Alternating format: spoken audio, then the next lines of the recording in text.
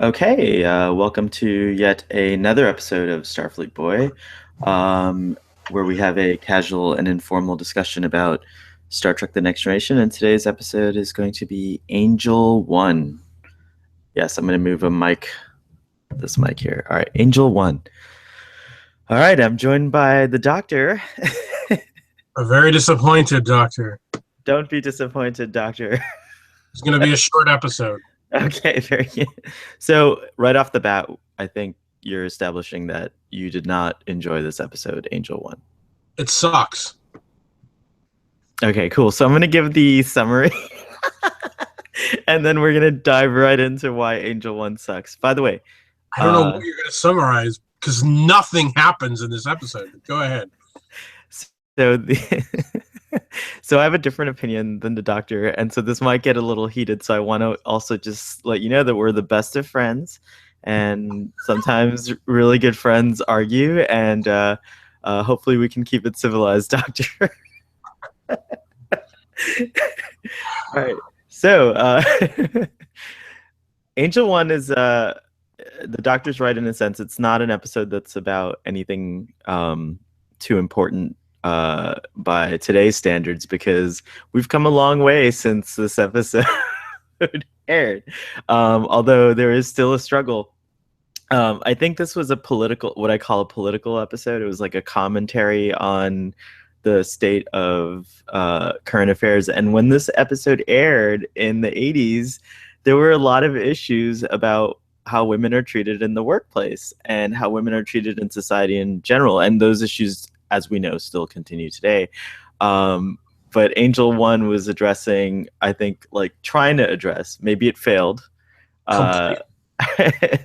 this same issue by turning it on its head. So the Enterprise crew are on their way to this planet in the beginning of the episode after they discovered the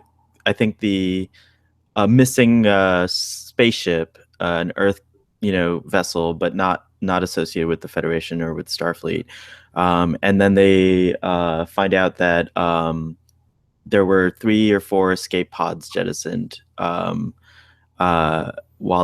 before the spaceship went down and was destroyed, and they determined from that the spaceship is going to the escape pods landed on this planet, Angel One, and the Federation hasn't had a lot of contact with Angel One. It's considered a planet that's kind of still developing. It's they compare it to the 21st century Earth, which is funny because we're now in the 21st century, and so it would be kind of like their society is kind of like a more advanced version of ours.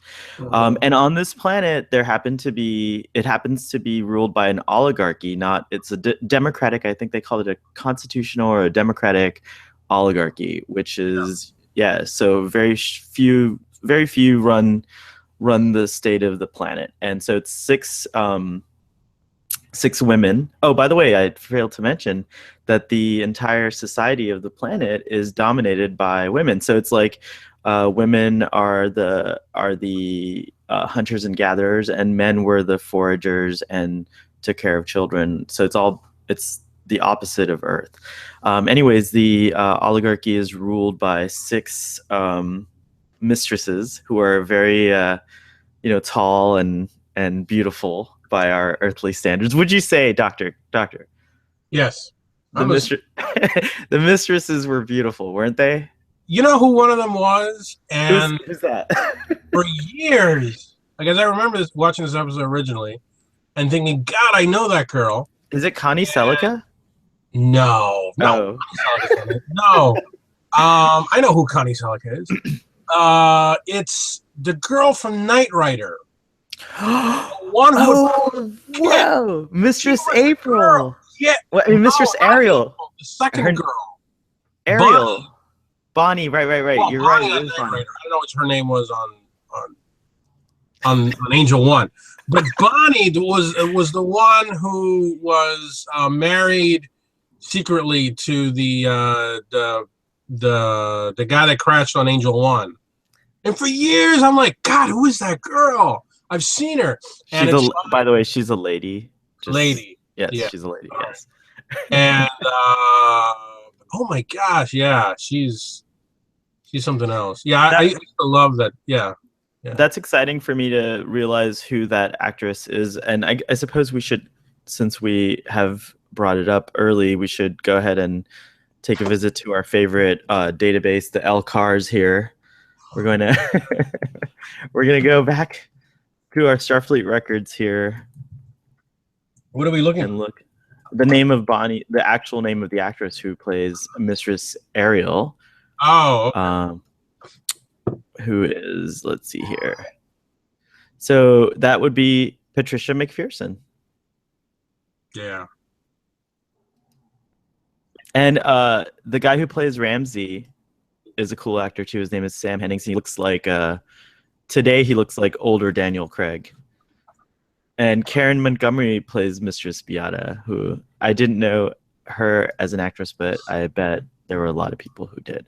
Um, anyways, now that we're excited about Bonnie from Knight Rider, because that is pretty exciting, I'll continue with the little thing. So it turns out that the Federation has kind of not really been interested in this planet, but they hope that someday they Because it's could be. boring. It is by Federation standards, you're absolutely right. It's a boring planet. You know, they're not quite over their kind of very tribal ways of leading, and yeah, if they joined the Federation, there'd be a lot of conflict. Like if you know, in Star Trek world, in Star Trek future, men and women are completely equal, and there's no difference other than physiological or physical differences. But just like with any differences, humans work shit out. They're like, we're just gonna get things done. We're gonna travel to new worlds and new civilizations, and we're not gonna bother ourselves with petty stuff, right? Don't you think? Dude, this episode was boring. Nothing happens. Okay, so the nothing that you're the Can't even nothing summary. It's so boring. the nothing that wait, but there's some There. Let me finish it for you. They beam down to a planet. Chicks rule. Riker sleeps with one of the women.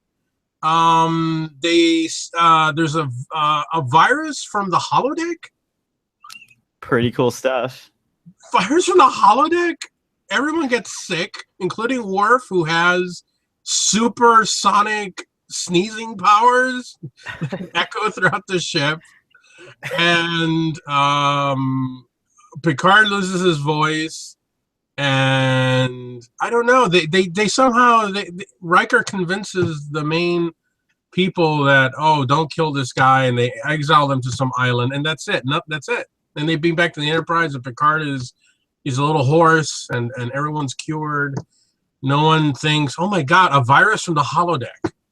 Okay, so your summaries A your virus summaries from the are good. holodeck, But man. to just okay, so right, listen. And it was It's from a not, snowball, right? you know, If I'm there's not no mistaken, Wesley threw a snowball at Picard, and everybody got sick. space battles or anything like that in this episode. It's a more cerebral. It's a more cerebral episode. There Cerebral. was the looming threat of a Romulan attack on a starbase. That was kind of cool. We haven't seen the Romulans yet, but we're hearing about them. I didn't see them. No, but we're gonna see the Romulans in a really great. Okay, I want the episode where you see the Romulans, not where people get sick on the Enterprise and they're like, "Oh, we have to get better because we have to see the Romulans." Okay, but could you find anything redeeming? We No. like to talk about redeemable qualities, right? No, nothing. Nothing redeemed. Geordi was put in charge of the Enterprise. That's how sad this episode is. Hey, that was a cool moment, and I like the moment where Worf Geordi's about to go and respond to some kind of emergency in engineering, and he realizes that if he leaves the bridge, no one else will be in command, and so I thought the episode was humorous. I thought it developed a lot. Riker putting on that ridiculous looking sexy outfit, that was funny. The interaction between he and Tasha. So forced. The humor. No. I mean, the way they were laughing was so forced. It was just like, oh, let's laugh. Okay, but don't you think on a But like Troy don't hasn't seen Riker wear crazier outfits.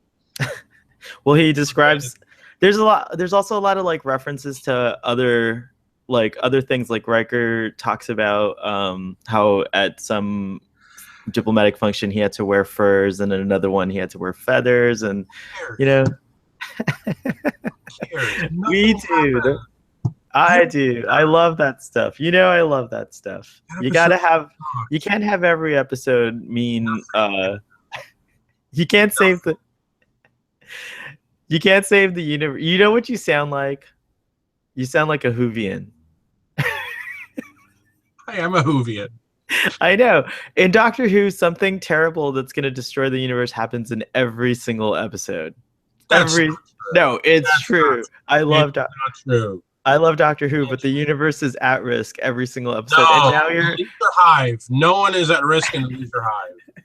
And now you're addicted to having these epic No. episodes. I just want something interesting. I mean, it was boring. The conversations that Riker had with that the mistress, it was just Mistress Beata. whatever. It was just like it was just boring. It was like, who cares? You know that this lady is not going to execute these people. And then the reveal of the whatever, the rebel, the one guy it's a one-man rebellion. I didn't see who the other people were, but that one guy, it was the reveal was just like Tasha's whole like, oh, she's in like phaser mode, and he's like, hi, you want some coffee? I'm like, what?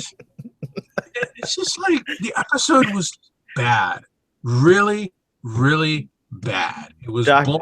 It had no momentum. It had no pacing. It had no interesting cinematography like the last episode that we saw. What are you talking about? The scene where Riker and Mistress Beata are making out, and then it fades to the campfire at Ramsey's camp. It's so indicative. So what?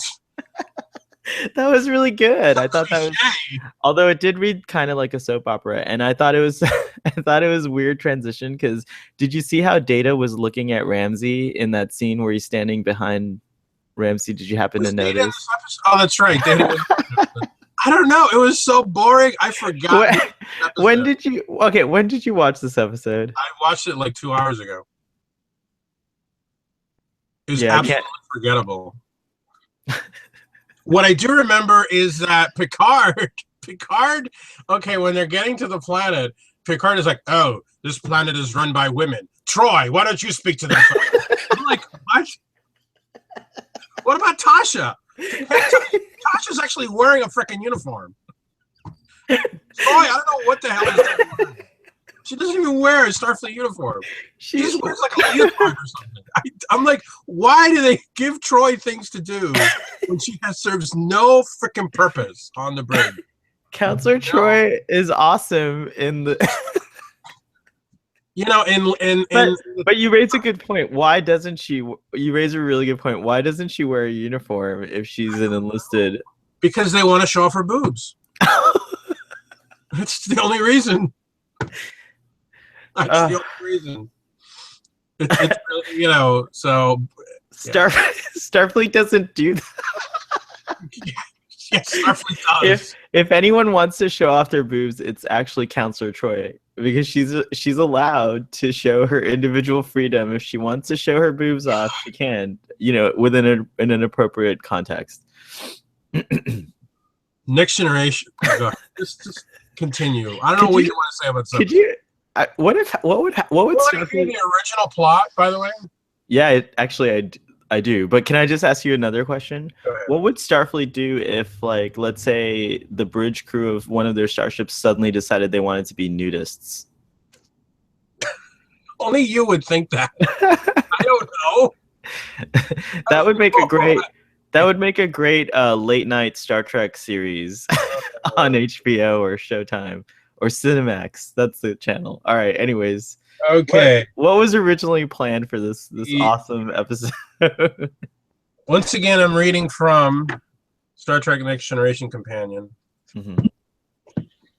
Heavy rewrites changed Patrick Barry's original story, a direct action-filled allegory on apartheid. So it had nothing to do with women's issues. It was apartheid they were trying to address. Very cool. Using the sexes instead of the races to make its point. In the original, Riker beams down with an otherwise all-female away team and stops the leader, Victoria, from striking him. Tasha immediately phaser stuns Riker to prevent his on-the-spot execution by the natives. Data, with his machine nature, is held in higher esteem than Riker. And also, later on, it says that originally the only person who was going to be sick on the Enterprise was going to be Captain Picard. Mm. And yeah, even the people who made the show think it sucks. What do you mean? Yeah. Some of the some of that survived though, like the Mistress Beata constantly is saying to Riker that he's way smarter than she thought he would be, which is so terrible to say to someone. And yeah, Riker takes it pretty well. Also, did you not think that Jonathan Frakes' acting was great at the end when he gives that speech? I thought that speech was so excellent. No, it wasn't. Oh my gosh. We're very easily entertained, sir. We're genuinely in disagreement here. I'm so surprised. Usually there's much more accord between us. Well, this is where your Mistress absolute, Doctor. your you have blinders when it comes to Next Generation. Oh man. And this is where you audience, we're getting personal now because I have blinders. Yes, when it comes to Next Generation, yes, I remember you praising many an episode that I think sucks. Well, I mean, I don't know. I admit that there is a lot of love in my heart for Star Trek: The Next Generation, so it's very hard for them to do wrong. But I do think there are episodes that are bad, but not like that. You don't think this is one of them? What's that? You don't think this is one of them? I think this one's a solid, good episode. It's not a great episode. It's just good. It's a good episode. No. But I wouldn't say it's a bad episode. You know what I mean? Like, there are other episodes, I'm sure more coming, that I've already said are bad episodes. All seasons of them, yeah. In fact, but I really struggle to find anything positive to say about this episode. Like, just to give you an idea, my rating for this episode would be 3.5 stars. On a five we're just star gonna scale. go straight to the rating now. Yeah, well, I mean, you're already done. Yeah, I am done. I give this a -9. Oh wow! Wait, we're on a 5. Oh wow. Okay, well, it's a 0 then. This is a 0. This is a solid 0. Wow. Well, I know you're looking forward to the next episode, which is is it the binary one? The binars, yeah, 1100101110. Now, mind you, I saw that. Let me just put the viewing of this episode into context. Okay. I had just seen one of the best Next Generation episodes, which is right before, which is Data Lore. Mm-hmm. And in preparation for, I thought maybe we'd do a DS9. I saw 2 very good episodes of DS9. I saw The Passenger, I think it's and then I saw Move Along Home. So I was like on this I was on this Trek high. And then I get to this crap, and I'm like, wow, this is really, really nauseously bad. I would love the audience to share moments of a Trek high, because I know what you're talking about. Like, you went on, yeah. There's no way this episode could have delighted you then. I think you should have watched this one alone, like by itself. I did watch it alone. It sounds like you got. It sounds like you got Trek fatigue from all the excitement. No, I don't think that's like 4. You watched like 4 episodes in a row. So I like marathoning stuff. That's true. It was a bad episode. It was a really bad. I mean, even The Passenger I would say it was. I mean, it wasn't a great DS9 episode, but it was a very good one. It was enjoyable. It's something that if it's on TV, I wouldn't mind tuning in. But there's no reason for me to tune in and Right, watch. like if this came on TV, you'd change I the would channel. change the channel right away. It's like, oh, it's that sucky Angel One episode. I mean, it's so boring. They couldn't even come up with a good title. They just said, "Oh, what's the name of the planet? Oh, we'll just name it after the planet, Angel One, whatever." We can't even come up with a good title. Like you couldn't call it War of the Sexes or something. I don't know. Something. I don't know. It was just the Word of the Mistress. I don't know. I mean, Next time on Star Trek, the word of the mistress. Actually, I really like that. I just thought it was really really bland. I mean, what did you like about it? Well, so again, as I was saying earlier, what I really liked about it is basically all the exposition. There was a ton of information about yeah, it's what I call like building the world or building the character. Like we had a lot of interesting things happening, and I actually genuinely liked the character of Mistress Beata, despite her kind of aggressive and you know. Frankly just rude. She's just completely rude. She doesn't like, she's pretty awesome, and it just begged the question, which I really enjoyed. If she were a man, would we excuse her behavior? Would I have excused her behavior a little more based on the 1980s and like that kind of mindset and culture? And I think, yeah, in the 1980s, like I thought this was a pretty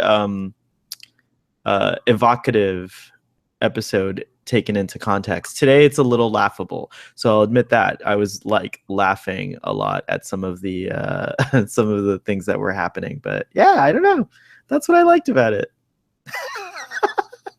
You're I don't understand what you liked about it. You liked that the girl that mistress was no, rude? I liked that it was a lot of What's the like as problem? it's that what oh just how like she's kind of saying things that men were saying in the 80s freely and not and getting away with it, and people were just making excuses like, oh yeah, that's just how it is.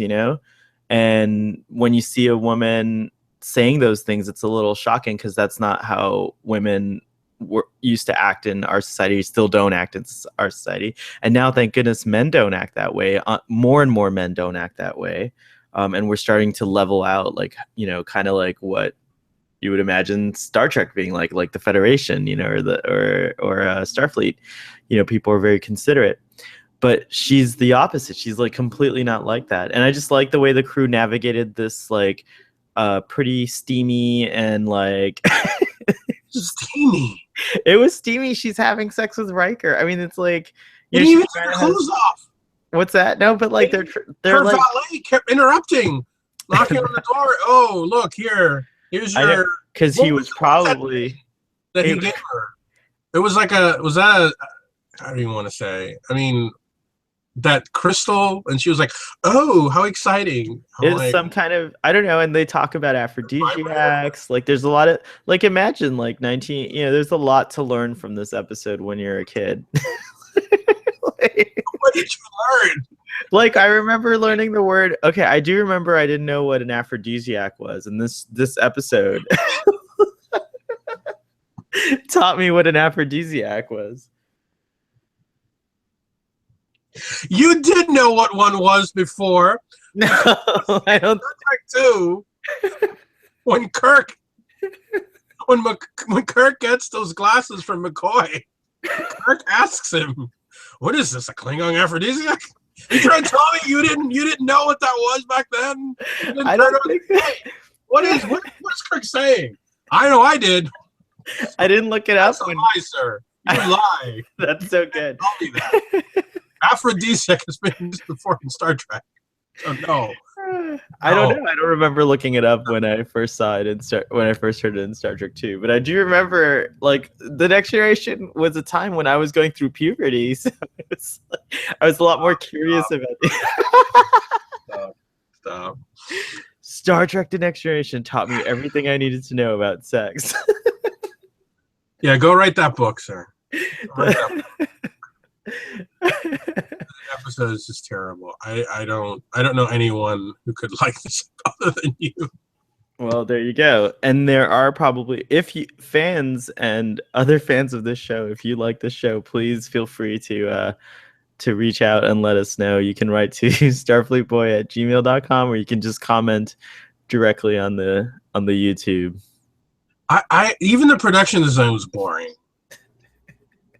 What was that thing that they had? They had this vase. Oh, you know what? That got Okay, disintegrated.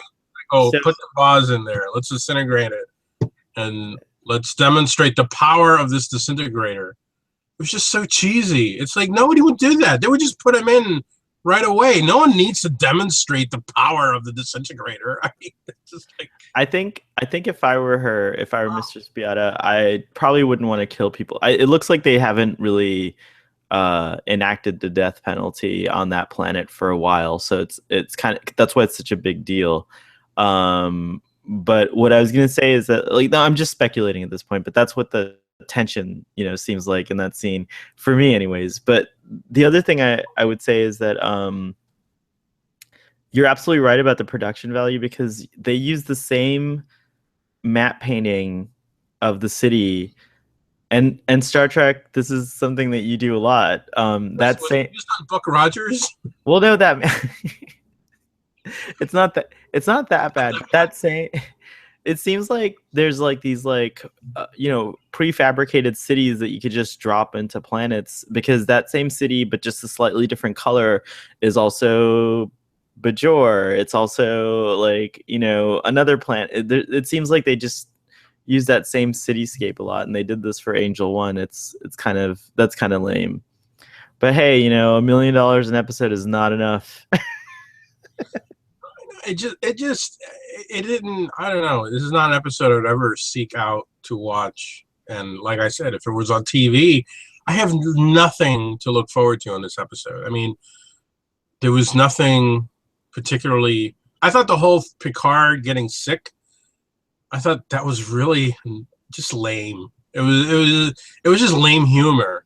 I mean, I'm sure Galdo Scott must have been offended by all the Picard, just getting his really bad sick acting that he, It's a respiratory illness. He can hardly breathe. I thought he did a great job. What precedent is there for a virus that comes out of the holodeck? Can you explain the virus to me? What was Wesley threw a snowball at Worf and Picard, and suddenly everybody gets sick? I don't get that. How can the holodeck not filter out? It's not even real. Nothing in the holodeck is real. It's all replicated. Well, I mean, it's replicated, but here we go. Remember the lipstick stayed on Picard after the big goodbye, and we thought that was weird. Assumed that was just a faux pas, an error, right?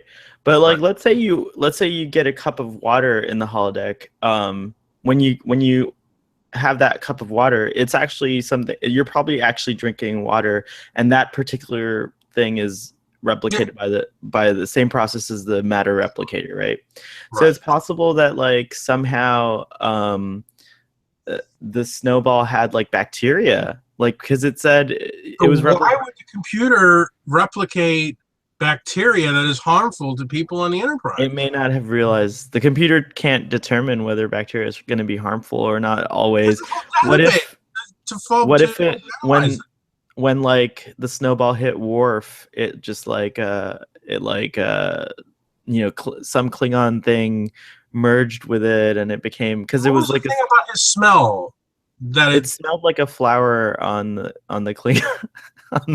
That whole thing, it smells like night blooming tokpa, and it is so fragrant. And then Picard's like, no, it's not. He's just like, no, I don't think so. So what was that Columbo moment that Crusher had where she smells it on Picard's chest, and it's like, oh, what is that? And I was like, it's this, and I'm gonna go synthesize a cure. I'm like, what? I thought it was great. She sleuthed it out. Again, I'm gonna give you this point in the argument, though. I'm gonna agree with you. Cologne? I'm gonna give Klingon Musk. I mean, What the hell, man? There's a lot of references to smell in this episode because they refer to that cologne, and then Trent, the mistress's main assistant, comes in and then sprays some on himself, and you know. It's really bad. But Really bad. I will give you again. I will concede, Doctor, that you're right. There are a lot of um, little plot holes when you trace them back to like a ship as advanced as the Enterprise. You would think that like it could in fact filter out pathogens, and then you would also think that like the ship could detect particles, airborne particles, and assist the Doctor in determining that without her having to smell it on Picard's chest. But hey, then we wouldn't have had that intimate moment where she's giving him soup and or some kind of really gross concoction that's going to make him feel better. Very, very. And Yes, sir. it's nice. I like that moment. I No did. comment. No comment whatsoever. so so I'm done. so what's your rating? 0 minus 3.5. Angel 1. That's our review. Tune in next time for the episode that I think you will like, if I A remember much, correctly, much, much, much better episode. which will probably redeem the holodeck in the Doctor's eyes. All right. Thank you very much. Oh, What?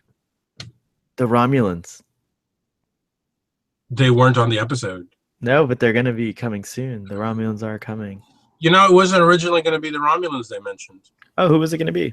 The Ferengi. Oh, they decided to downgrade the Ferengi involvement. Yeah. Ratings Failure had begun. ratings weren't as high as expected. You know, it's funny.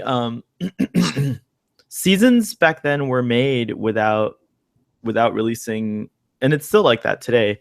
I think, right? You still make a whole season. You don't like go. Doctor Who finishes the season and then releases it. Oh, this is what I was gonna say. Seasons were a lot longer back then. They were 23 episodes. We're going to season 1 of Star Trek is 23 episodes, and so there's going to be a lot of ups and downs. Yeah. On this journey, but Starfleet Boys committed to getting every episode a proper discussion. I'm not. See you next time, Doctor.